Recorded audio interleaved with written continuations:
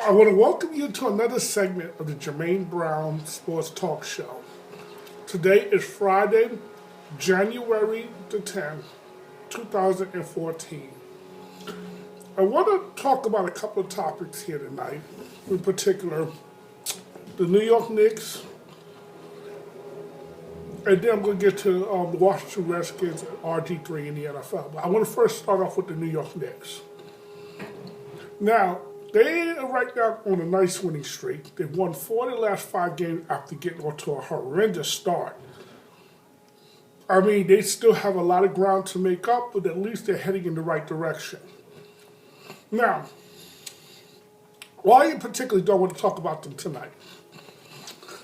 Mike Woodson did something that, for the first time, I actually got to give Mike Woodson some credit. He benched J.R. Smith. Now, why is this important? The last couple of games, the game in Dallas, at the free throw line, while a player was shooting a free throw, J.R. Smith decides he's going to bend down, pretend like he's tying his sneakers, but then untie a player from another team's sneakers. The league asked him to stop. They sent a memo telling him to cut it out. He does it a couple of nights later against the Detroit Pistons at home. When he goes on the free throw line, he bends down and attempts to untie another player's sneakers. Now, this is childish behavior. This is behavior or conduct that has no business in today's NBA. I think J.R. Smith is acting out like a petulant child because he's mad that the Knicks cut his brother. His brother wasn't any good. Because if his brother was any good, the Knicks would not have cut him. And not only that, he's acting out because he got his money. Now, I cannot totally feel sorry for the Knicks, but before I get to that, let me explain why benching him by Mike Woodson was a smart thing. Because what it told the players in the locker room is that they're not going to tolerate misbehavior, regardless who you are. Okay? And personally, I would not play him. He would get splinters from the seats before I'd play him again. He will understand the repercussions of his action, that playing time is a privilege. It's not given to you. It's a privilege. You got to earn your keep in this league. Okay? But to me, I warned the Knicks of this. The Knicks, I warned them of this back in the offseason. When they drafted, because I said it, I would draft JR or start looking for JR's replacement. When they drafted Tim Hardaway Jr., I said that the Knicks have enough between Tim Hardaway Jr. and Shumpert to replace J.R. Smith. Now, you might not replace the point production just as of yet, but at least they give you the defense, the hustle that you're not getting from J.R. Smith. Now, why did I want J.R. Smith replaced? It wasn't because he performed poorly in the postseason. That tends to happen, folks.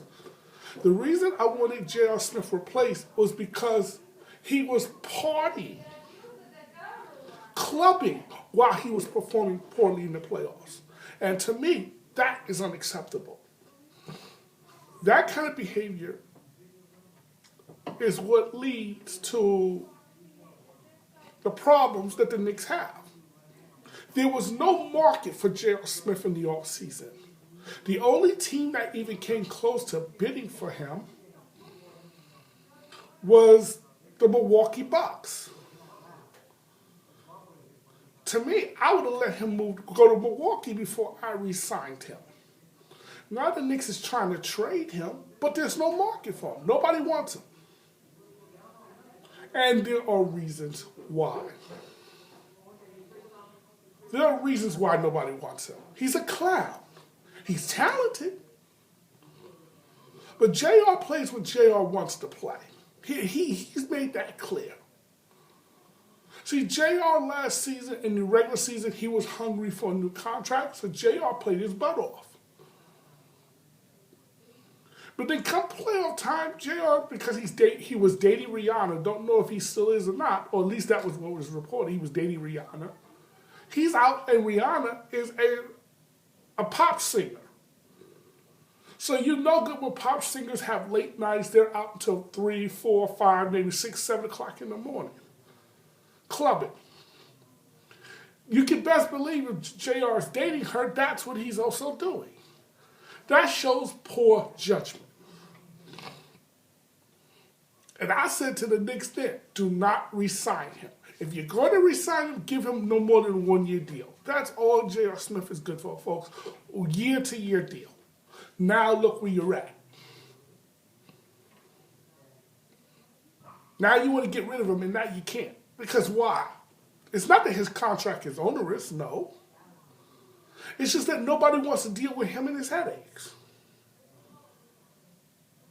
So you're getting what you deserve because you listened to the New York media and the fans who said, oh, you got to keep J.R. Smith because he's talented. Folks, I always have this theory. Be careful when guys perform well in contract years. I've always had this theory for the longest. Because why? Guys playing in their contract year, they're hungry for a new deal. So those is when you tend to get their best performance, generally speaking. And then once they get the new deal, they tend to revert back to what they've always been before that contract year. And this is the dilemma you face when you see a player perform well in the contract year. Yeah, bro. Have a good one, bro. We'll be back. I want to welcome you back to the Jermaine Brown Sports Talk Show. Today is Friday, January the 10th, 2014. Now I want to get on to RG3, Robert Griffin III, and the Washington Redskins. This was a very tumultuous season for the Redskins, and particularly RG3.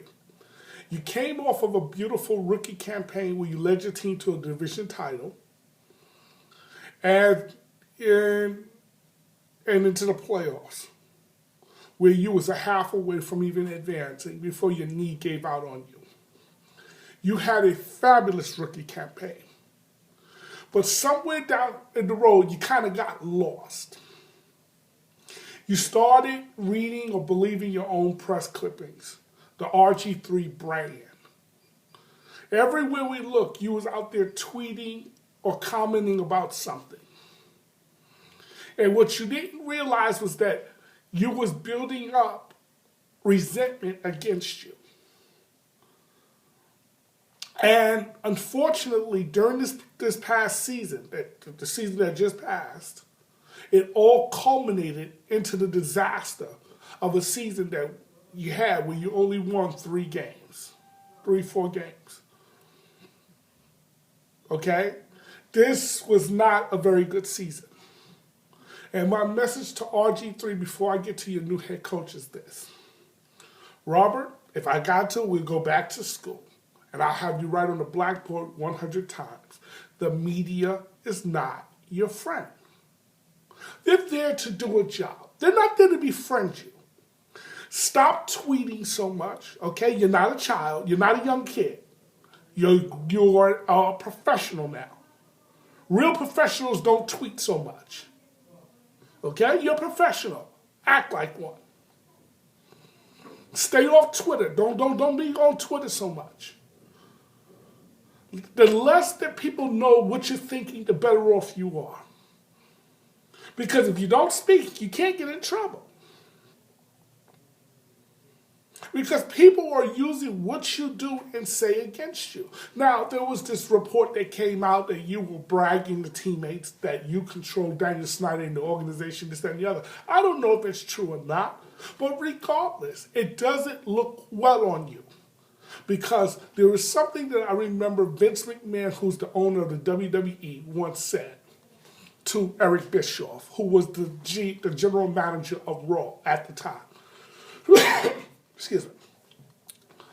He had Eric Bischoff in the middle of the ring, and he said, Eric, the fans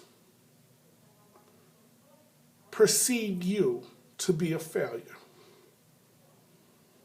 Now, I know I'm not a failure, but the perception is that you're a failure. And perception is reality, is a form of reality. So if they perceive you to be a failure, then what they're saying is that I'm also a failure, and I know I'm not a failure.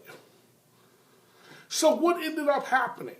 He ended up getting his money, as we said. He ended up losing his job. He got fired, Eric Bischoff. Now, why does this pertain to RG3? The perception is, buddy, that you think you're bigger than the entire team. That you're special, that you're this and that. Buddy, be very careful how you navigate this. Because the media loves their villains. Okay? Even if the guy's not a villain, the media loves to create things. Because remember, negativity sells. Why do you think the media don't report on Peyton Manning and them? Because there's nothing to report. Who cares about good stuff? Negativity in this country sells. Gossip, controversy sells in this country. Okay? That sells big time in this country. The National Enquirer is one of the most well-known, recognizable brands in this country. People read it. Whether the story is true or not, it's called perception. And perception is a form of reality, even if it's not the actual reality. So my advice to you is to put your head down and grind, as they say. Go to work. Work on bettering your quarterback skills. Work on being the leader of the Washington Redskins, because everybody has their eye on you. Which now brings me to their new head coach. Yesterday, or the other day, excuse me, the other day, the Washington Redskins just went and hired Jay Gruden. Now, I'm going to be honest, I'm not really a fan of this hire for one specific reason. It's not that the man can't coach offense. The man knows offense. I'll give him that. But when he was the offensive coordinator with the Cincinnati Bengals, it was reported, and Jay didn't deny it, but it was reported that Mike Brown in 2011 wanted Colin Kaepernick. But Jay Gruden overruled him. And I believe with Marvin Lewis, but forget Marvin, because Marvin isn't the story here. It's Jay's the story, because he's the new coach of the Redskins, head coach of the Redskins. But anyway, Jay Gruden overruled him, saying he wanted Andy Dalton because Andy Dalton fit his system. Andy Dalton fit what he wanted to do best. And he did not think that Kaepernick, though talented in his words, was as good of a quarterback. Now, it's not the fact that you made the mistake that's the problem here. I understand you just chose the wrong quarterback.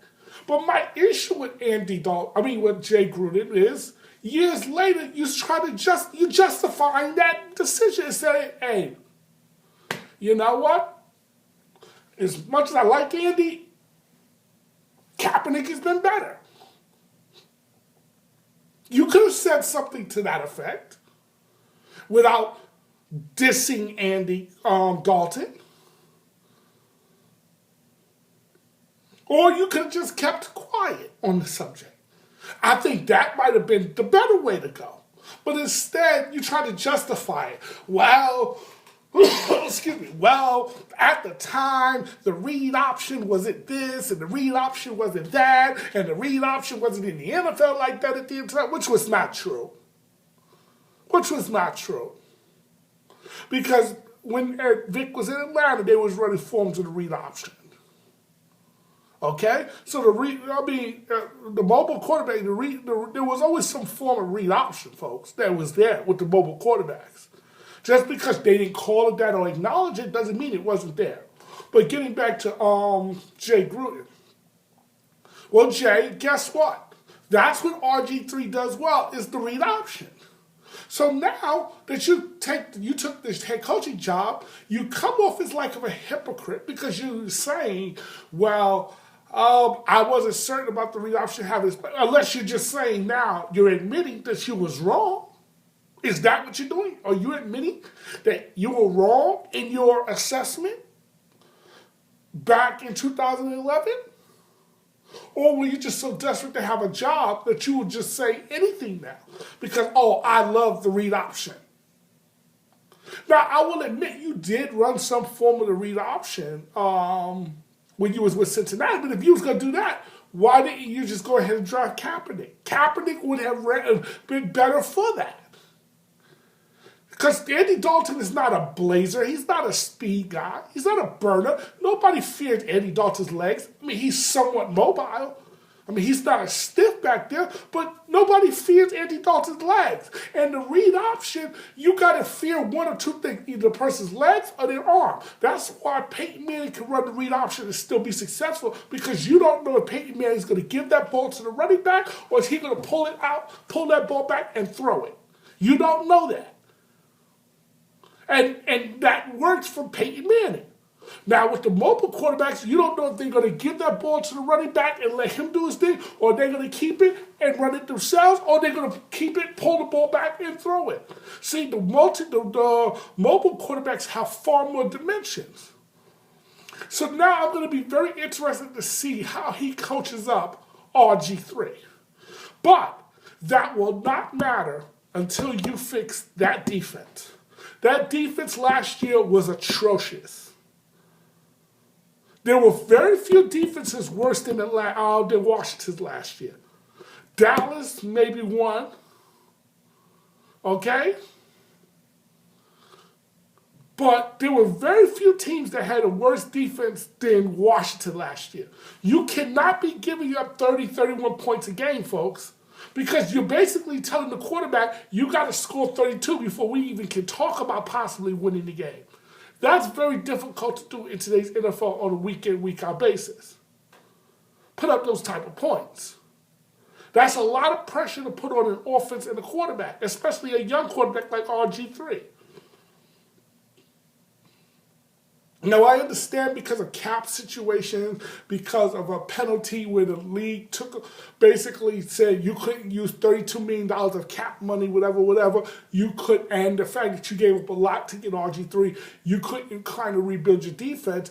But I'm thinking it was more schematic that was the problem than personnel. Because I don't think personnel was as big of an issue as it seems. I think it was more a schematic issue. Which brings me to now the next point. Jim Haslam was the defensive coordinator. Now there's some rumors out there that Mike Shanahan was overruling Jim Haslam and making defensive play calls. I don't know if that's true or not. But I will say this. It didn't make Jim Haslam look good. Now, if he's still your defensive coordinator, and there is no marked improvement, you're not going to feel much better than Shanahan did. See, and to me, it doesn't matter if Shanahan overruled him. The reality is the defense did not look good under Jim Haslam. That's just the reality. That's the reality. Because anytime you hear reports, they may or may not be true. We don't know. We don't know. Because a lot of times reports come out, they're not really true. Somebody with just an axe to grind, throw out a report. I can even throw out an accusation. And put in, the right people listening, hey, the next thing you know is a story. It doesn't necessarily mean it can be true. Now, I don't know if that accusation is true or not, but here's what I do know. Looking at that defense, it was poor. Looking at the special teams, it was poor. You cannot win. Look, folks, the NFL is a simple game. Look at the teams that are alive in these playoffs. What do they all have in common besides a top flight quarterback? They all have good to great offensive and defensive line play. They're very strong up front. If you're going to win in this league, you have to be very strong up front. Offensive and defensive line play. Because if you got to send all these wild blitzes, this, that, and the other to get in, you're going to have problems. Because the better quarterbacks will just carve you up. If you look at the 8 teams remaining, 3 of the teams that are still alive have top 10 defenses. There are reasons why, folks.